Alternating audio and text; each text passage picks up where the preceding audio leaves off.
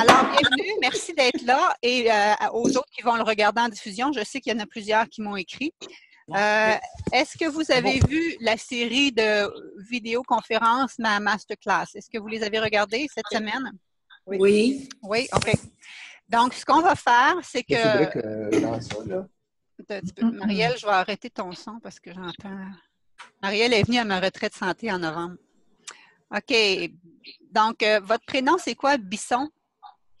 Suzanne. Suzanne. Allô, Suzanne et Didi. Bonjour. Et Anne-Marie. Donc, j'ai un menu en 3 services aujourd'hui. On va faire un peu la conclusion du défi des masterclass qu'on a vu cette semaine. Je vous glisse un mot. Enfin, ça a tout un lien là, avec les prémices du nouveau guide alimentaire canadien. Est-ce qu'il y en a qui ont vu ça passer la semaine passée? Faites-moi juste des thumbs up ou down. Oui. OK. Et ensuite de ça, c'est sûr que je lançais aussi aujourd'hui mon défi Transformation Santé, la version de cet hiver, s'il y en a qui sont intéressés.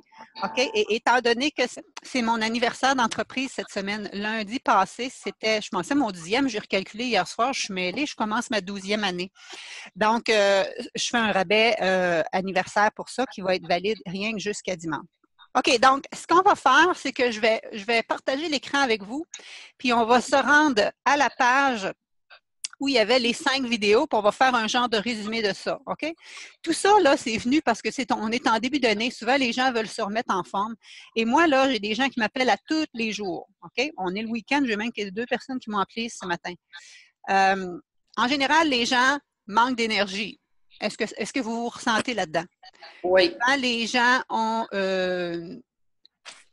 des problèmes de digestion, genre fringales, ballonnement, rage de sucre en soirée, ce genre d'affaires-là. Il y a beaucoup de gens qui me contactent qui ont ça. Il y a des gens qui ont des difficultés de sommeil, des gens qui ont toutes sortes de problématiques, puis finalement, on ne sait pas vraiment où s'en aller parce que il y a de l'information en nutrition et en exercice quasiment à toutes les semaines qui sort. Et puis, les gens, ils ne savent pas vraiment où donner de la tête, point de vue recommandation. OK. Donc, c'était pour ça. Et quand j'avais fait un sondage, moi, auprès de mes clients avant Noël, j'avais demandé, avez-vous atteint vos objectifs que vous étiez donnés en 2018? Et beaucoup de gens avaient dit soit qu'on en avait trop pris d'objectifs ou soit qu'on ne les avait pas atteints. Et c'était quoi les principaux obstacles que les gens avaient eus pour ne pas atteindre leurs objectifs? Et ce que les gens m'avaient dit, c'était unanime. C'était le manque de temps, le manque de discipline et puis trop d'informations, on ne sait pas où s'en aller. Et c'est pour ça que j'avais construit cette série-là. OK? Donc, comment pour se prioriser? C'était mon petit exercice avec les roches, hein, vous avez fait ça. Ensuite de ça, c'était ma pyramide où j'expliquais en général l'erreur fréquente qui fait en sorte que les gens n'atteignent pas leur objectif. C'est souvent, on passe pouf tout de suite dans l'action sans avoir fait vraiment le temps de réflexion. Et on part souvent dans une idée négative. On va changer parce qu'on ne s'aime pas, on se trouve grosse, on ci, on ça. Au lieu de penser à l'inverse, on change pour se donner le meilleur parce qu'on s'apprécie. Et c'est toute une façon différente d'approcher les changements. Ensuite de ça, quand on parle de... OK, donc ça, c'était la vidéo 1 que j'avais dit tantôt. Vous savez qu'à partir de la même page, vous êtes capable d'aller à toutes les autres vidéos. Donc, en allant ici, vous cliquez puis vous atteignez les autres vidéos. On avait arrangé ça pour que ça soit facilitant pour les gens. Et donc, ça, c'était ma pyramide, nos croyances, etc. La vidéo 3, super important parce que souvent, les gens, on cherche à droite et à gauche les problématiques, mais souvent, il y a un facteur primordial qui est partout. Dans le fond, c'est l'inflammation qui est partout. Autant pour les maladies cardiovasculaires, autant pour les problèmes d'arthrite, autant pour les problèmes de digestion, puis tout ça. L'inflammation, c'est une grosse problématique. Alors ça, je voulais que les gens comprennent ça. Okay? Et ensuite de ça, je voulais qu'on comprenne d'où il sort l'inflammation pour après ça trouver des solutions. OK? Donc ça, c'était la vidéo 3. OK. Et la vidéo 4, c'était vraiment pour vous montrer que souvent, les gens, on se culpabilise à cause qu'on manque de volonté, on manque de discipline. Puis en fin de compte, qu'est-ce qui arrive? C'est que la volonté, là, on n'est pas avec ça. OK? C'est pas quelque chose que tu peux acheter au magasin. C'est quelque chose que, c'est comme de l'essence dans ta voiture. Quand tu n'en as plus, il faut juste que tu en remettes. Et les gens qui essayent de faire des changements à la fin de la journée quand on est fatigué, quand on a été chercher les enfants, quand on a pogné dans le trafic, le kit, notre volonté est à zéro. C'est pas le temps d'aller faire des grosses décisions sur ton choix de menu pour le souper. Il faut que tu aies fait ça à l'avance si tu veux être capable d'avoir des bons choix. Parce que là, ta motivation, ta réserve est dans le sous-sol et à ce moment-là, c'est pas facile c'est plus facile de commander ou de dire, de faire des affaires faciles qui ne seront peut-être pas aussi bonnes pour la santé. Donc, c'est vraiment dans ce sens-là. Et puis, j'expliquais aussi le lien entre le surpoids et le fait que ça joue au niveau de nos hormones, ça joue aussi au niveau de notre cerveau, qui fait en sorte qu'on a des inhibitions et c'est plus difficile d'aller faire des changements de comportement. On est plus axé à avoir des fringales, des rages de sucre. On est plus axé à avoir de l'inflammation, puis c'était la roue qui tournait. Ça, aviez-vous trouvé ça intéressant? Avez-vous appris des choses là-dedans? C'est aussi pour vous déculpabiliser, hein, pour vous montrer que des fois, on se sent juste pas forte, on se sent pas à la hauteur, mais c'est un peu comme l'environnement obésogène dans lequel on vit. Des sucreries, de la bouffe malsaine ou des affaires qui sont pas nécessairement santé. C'est ce qu'il y a en abondance autour de nous autres. Donc, oui, on peut être courageux, tout ça, mais on a l'environnement qui nous facilite pas. Donc, ça, c'était cette version-là. Et la dernière, qui était celle d'hier, en passant, si vous n'avez pas eu le temps de tous les regarder, et là, je parle à toutes les autres qui sont en train donc, toutes les autres personnes qui vont réécouter ça et qui n'ont pas vu toutes les vidéos, comme on a dit, vous les accédez ici et c'est accessible encore pour 2 jours. Donc, jusqu'à dimanche soir, vous avez accès à ça. Ensuite de ça, ça ne l'est plus. OK? Ça vaut de l'or, là, ces notions-là. Alors, ce ne sera plus disponible. Mais là, ce qui est important à savoir, c'est justement la majorité des gens qui m'appellent. Ce pas des gens qui passent leur temps au McDo puis au Kentucky puis qui mangent des donuts à la journée longue. Tout le monde qui m'appelle, en général, ils pensent qu'ils mangent chanté. Pourtant, la majorité des gens ont des fringales, des ballonnements, des maux de tête ou des fatigues d'après-midi ou des rages de sucre en soirée ou de la difficulté à dormir. Fait que ça, les amis, ce que ça veut dire, là, c'est que c'est pas être malade, mais c'est tous des signes précoces que tu n'es pas top shape, qu'il y a quelque chose à faire avec ta santé. OK? Et ce que je voulais démystifier, c'est souvent qu'est-ce qu'on pense qui est santé, qui ne l'est pas. Et à ce sujet-là, je voulais vous aborder le sujet suivant qui m'a fait un peu tilter hier. Vous savez, connaissez-vous Louise Lambert-Lagacé? Non. C'est un nom assez connu. C'est une nutritionniste, là. On l'entend moins parler, là, mais je veux dire, hein, elle a écrit plein de livres. Mettons, tu recules, il y a 15 ans, c'était la nutritionniste au Québec, OK? Et là, elle a écrit un article dans la presse. Avez-vous vu ça? Non. Okay. On va prendre 2 secondes pour vous parler de ça. Parce que je pense que je vais faire un post juste là-dessus en réponse là, sur ma page Facebook. OK? C'est juste pour vous dire que même des professionnels de la santé, des fois, ils sont peut-être pas up-to-date au niveau des notions, puis ils peuvent continuer à mésinformer, si tu veux, les gens. Alors, le commun des mortels, il n'a même pas les connaissances nécessairement, là, c'est normal, vous n'avez pas étudié là-dedans, ben, tu es mêlé dans les informations. OK. Parce que le guide alimentaire, là, il va changer. OK? Il était là depuis 2007, ils vont changer. Et ce qu'on nous avait promis, c'est que l'industrie allait plus être dans le portrait pour les décisions. On disait que l'industrie, par exemple, des viandes ne sera pas là pour légiférer, pour donner leur opinion, pour donner leurs études qui sont souvent biaisées. Même chose pour les producteurs laitiers, même chose pour les cultivateurs blé, puis tout ça. Dans l'ancien guide, c'était 12 portions de féculents par jour. On voulait vendre le blé. Pendant plusieurs années, il y avait le groupe. Tu sais, il y avait 4 groupes alimentaires, là, viande et substituts, lait et produits laitiers, fruits et légumes et produits agrémentiers. Dans le nouveau guide, on ne sait pas encore si c'est officiel, mais qui est-ce qui est sorti en prémisse la semaine passée? C'est que le groupe produits laitiers va être enlevé.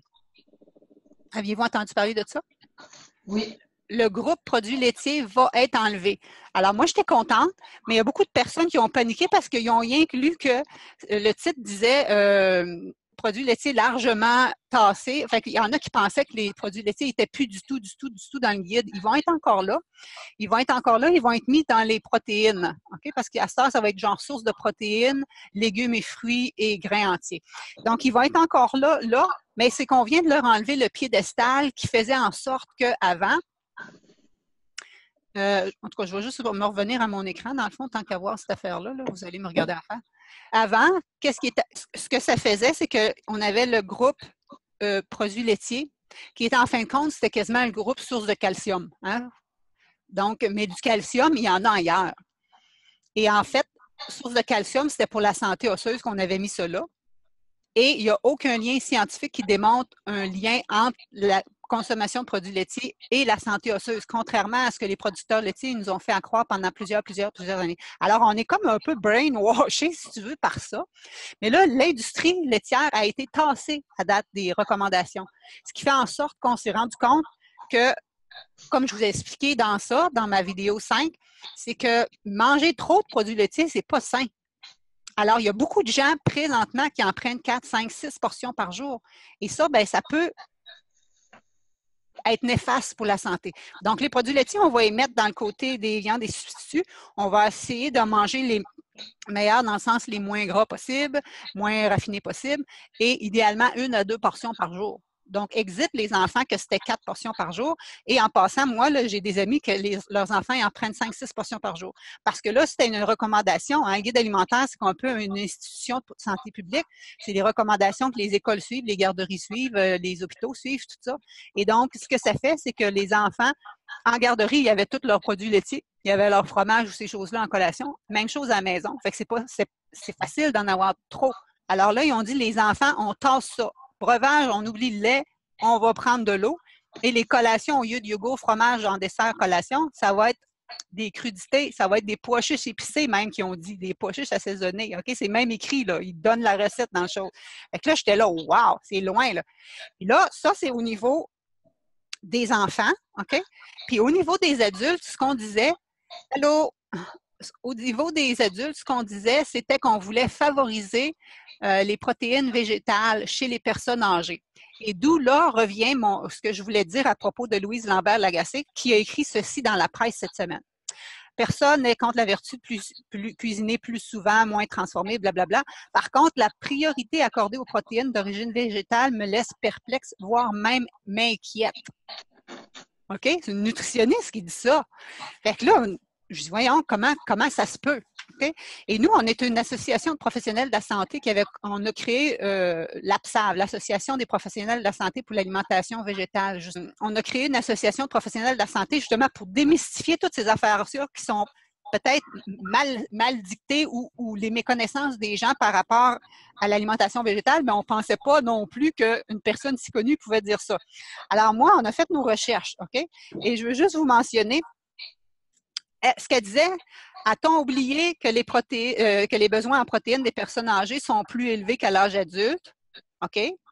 On a besoin de protéines. En général, la population canadienne ne manque pas de protéines. De quoi qu'on manque, c'est des fibres.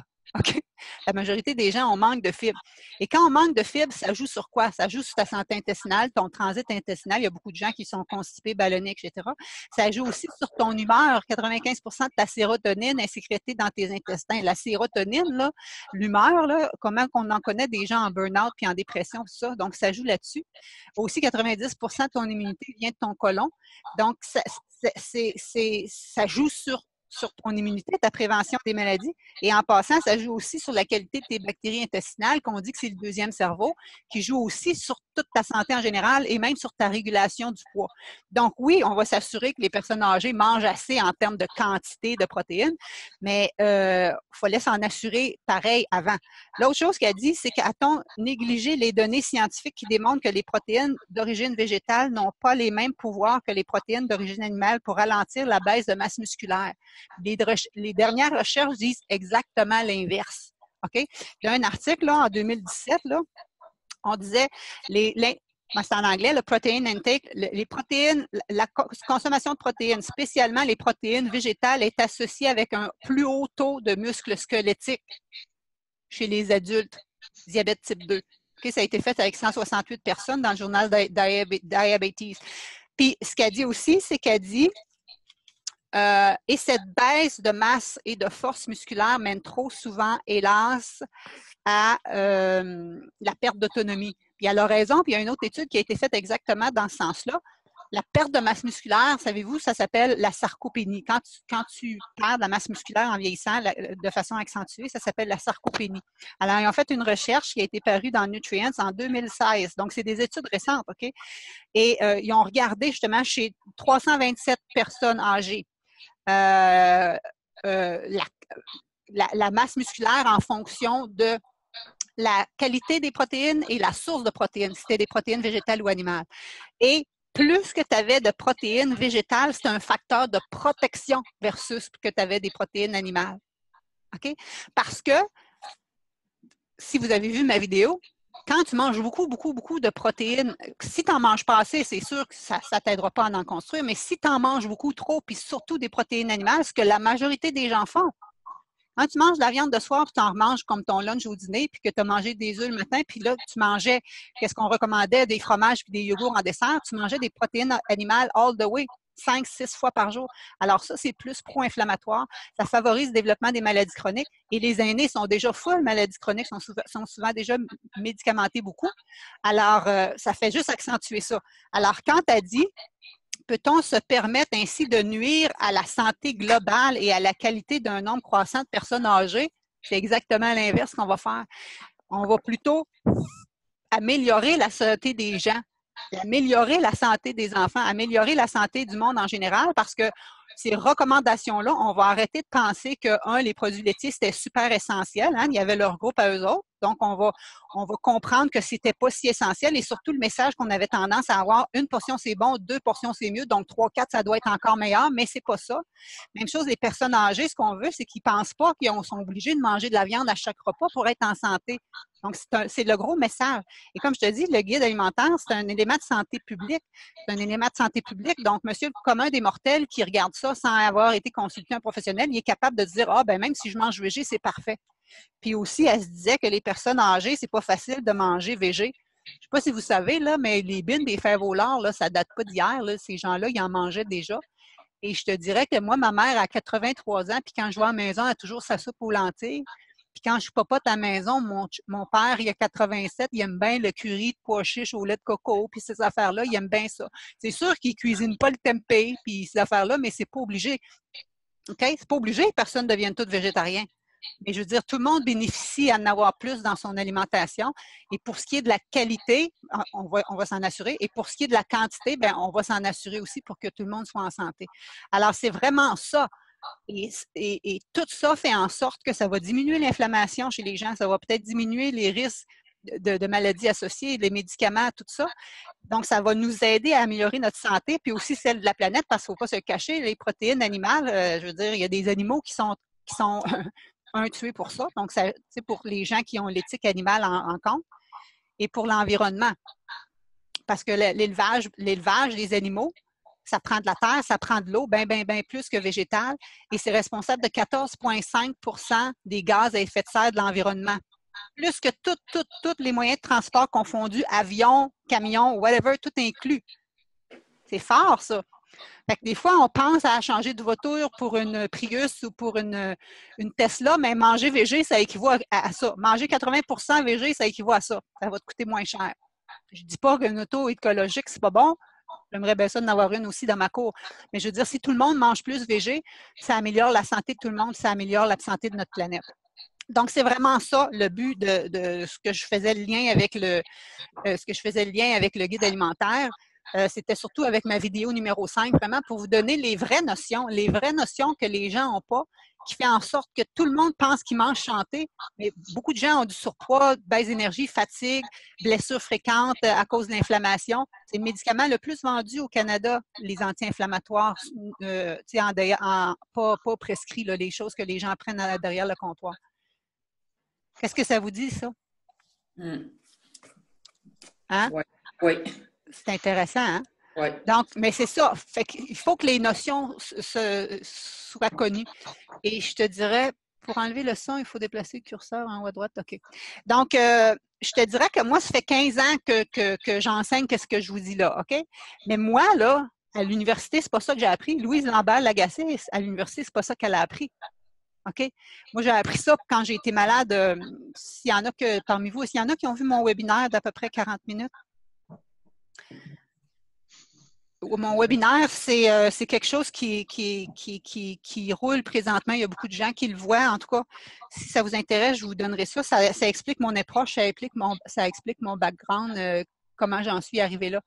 Donc, moi, ça fait longtemps que je cause l'alimentation puis tout ça, que j'aide les gens à être en forme. Quand j'ai été malade moi-même puis que je pensais que je mangeais santé, puis j'avais des problèmes de digestion, je maigrissais à vue d'œil puis tout le kit, j'ai changé mon alimentation vers le végétal puis c'est ce qui a fait en sorte que je suis, si tu veux, guérie et que c'est cette façon-là que j'approche les gens et que j'aide les gens à être en santé maintenant. Et c'est ce qui est la base de tous mes challenges santé maintenant. OK? Mais il faut que ça soit connu, ces notions-là. Et avant, là, je te dirais que moi, mettons, je dis ça encore à mon médecin quand je vais chez le médecin avec ma fille. Elle n'a pas jamais besoin d'aller chez le médecin, mais mettons le rendez-vous annuel. À chaque fois que tu lui dis que ma fille ne prend pas de produits laitiers, il te regarde de travers. Puis même moi qui le sais que j'ai tout fait en arrière de la cravate, tu te sens mal pareil. Je dis, ça se peut-tu pareil? Ça veut dire qu'ils ne sont pas au courant de ces notions-là. Et une professionnelle comme Mme Lagacé, j'en revenais pas de lire ça dans le journal. Fait que je me dis, tu sais, c'est important de démystifier ces informations-là. Fait que c'était pour ça la masterclass série. Fait que j'espère que ça vous a été utile. Si jamais vous avez encore le lien, vous pouvez partager.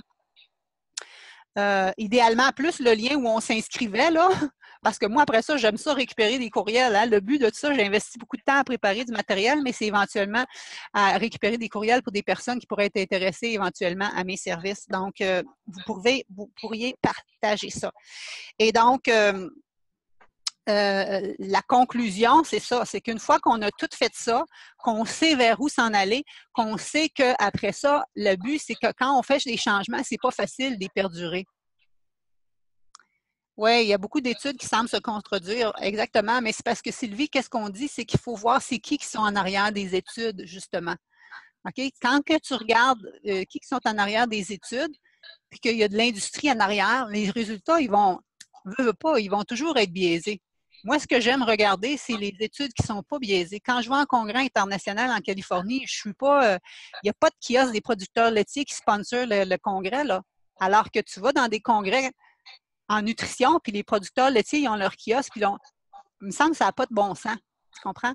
Donc, moi, j'essaie vraiment d'avoir ce qui est le plus neutre, scientifique, vraie science, là, tu sais, la vraie science appliquée chez les gens et qu'on repasse les notions. Et quand on dit qu'on a peur des protéines végétales chez les personnes âgées, savez-vous c'est où les pays où les gens vivent le plus vieux?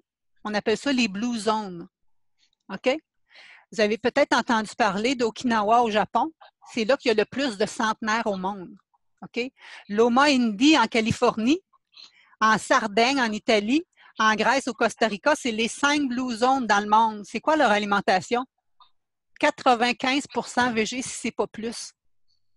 Fait que là, on a peur pour la santé de nos aînés. Voyons donc, c'est les places dans le monde où ces gens-là, ils vivent le plus vieux en santé. Donc, si vous voulez, moi, j'appelle ça même rester jeune longtemps et éloigner les maladies, favorisez-en l'alimentation végé. Mais ce n'est pas la seule chose. Et ça, il ne faut pas se le cacher. Les Blue Zones, ils n'ont pas juste l'alimentation en commun. Okay? Les personnes âgées, qu'est-ce qu'ils ont en commun aussi? Ils sont actives. Ils sont utiles en société, ils ont un rôle dans la société, ils ne sont pas assis dans leur fauteuil, les gens les intègrent, puis tout ça. La famille est super importante, ils ont un réseau, ils vivent une vie calme, pas de stress, sur le bord de la nature, puis tout ça, puis ils mangent à 80% de leur satiété. Donc, on ne se remplit pas au gorgoton que ça nous sorte par les oreilles. OK? Donc, ça, c'est toutes des choses qu'on a à apprendre de ces personnes-là. Mais moi, là, c'est ça que je fais dans mes défis santé. Je vous l'apprends. Mais tu sais, beaucoup de choses, hein? C'est beaucoup de choses, là, tout ça en même temps.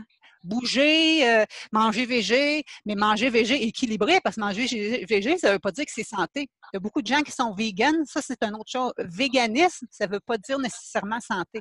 Moi, ce que j'enseigne, c'est le Whole Food Plant-Based Low Fat. En français, on a traduit ça par une alimentation végétale peu transformée, faible en gras. Et vous savez, hein, j'ai un bac puis une maîtrise en nutrition. J'ai un autre bac, je suis éducatrice physique et kinésiologue.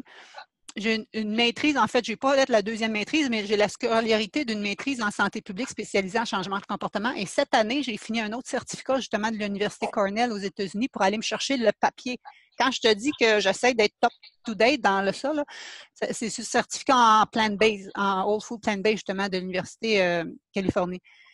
Et celui qui a créé ça, là, c'est Dr. Colin Campbell, qui est à l'instigateur de la China Study. Je ne sais pas si vous avez déjà entendu parler de ça, de China Study.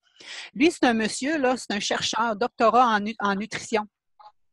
Élevé sur une ferme de vaches, là, OK? Donc, lui, dans sa tête, les protéines animales, c'était ce qui était Tigidou Aldress pour la santé. C'était sa prémisse de son doctorat, OK? Donc, il fait des études, tout ça. Il est amené à faire des recherches.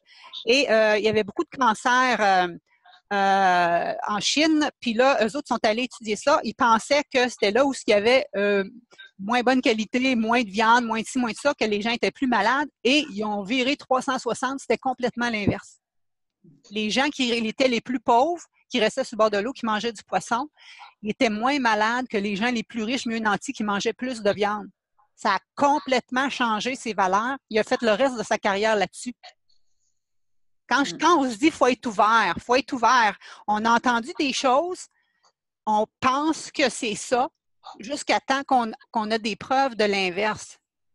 Donc, ce monsieur-là, il faut lui donner le chapeau, là. Il a grandi dans le lait puis la viande puis tout ça, OK? Fait qu'il a bien voulu faire ça. Ben moi, les chercheurs que je suis, c'est des gens comme ça. C'est des cardiologues qui étaient tannés d'opérer les mêmes personnes 5 fois pour des pontages, qui revenaient, même s'il y avait eu la diète de Heart Institute pour favoriser qu'on donne aux gens qui ont du cholestérol, ils reviennent quand même avec des pontages. Ça veut dire que même quand tu prends des statines pour ton cholestérol, ça peut aider à stabiliser ta lipémie, ton taux de cholestérol, puis tout ça dans le sang, mais ça ne vient pas guérir l'inflammation dans tes vaisseaux directs. Alors que si tu changes pour une alimentation végétale, on a des photos, des scans, tu as des artères neuves en dedans de 3 mois. Tu peux renverser des maladies comme ça, alors que les gens prennent des médicaments pendant 40 ans, sachant pas ça. Alors, c'est ça. Quand tu parles de Dr. Greger, il dit ça se peut-tu? Il dit là, on est la même chose qu'au début du siècle, là, si tu veux, avec la cigarette. Les médecins fumaient, penses-tu qu'ils vont dire, qu'ils allaient te dire d'arrêter? Donc, on est à la même place.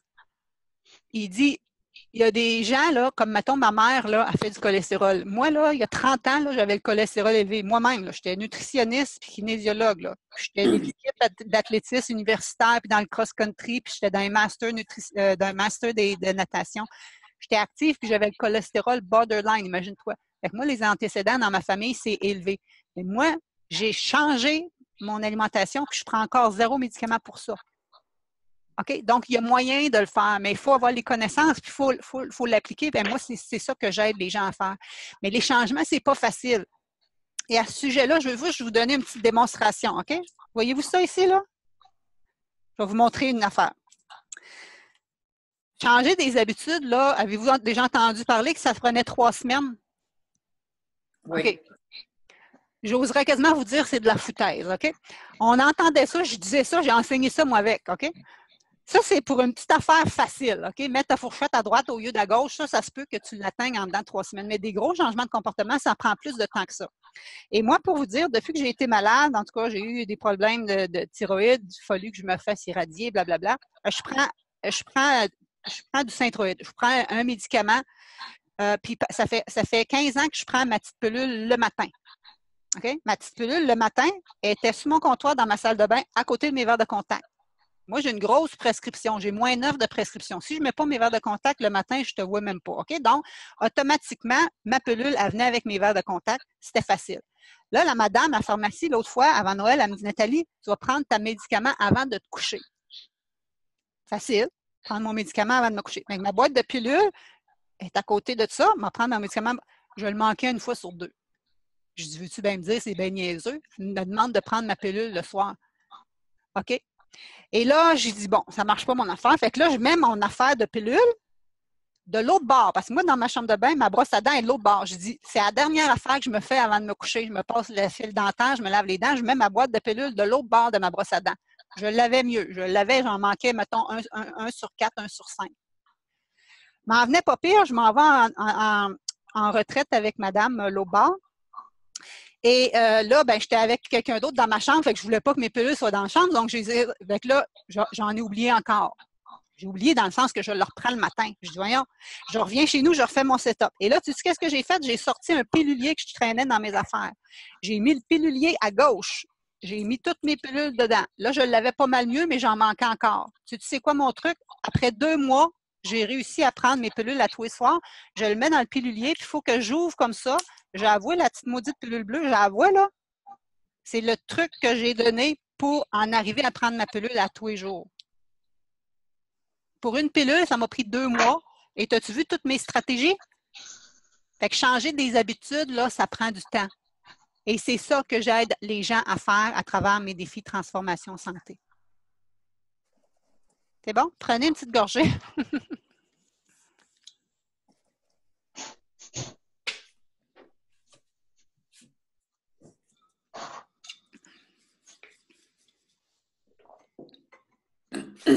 Alors, si ça vous intéresse, j'irai vous présenter mon défi transformation santé. Est-ce que ça vous intéresse?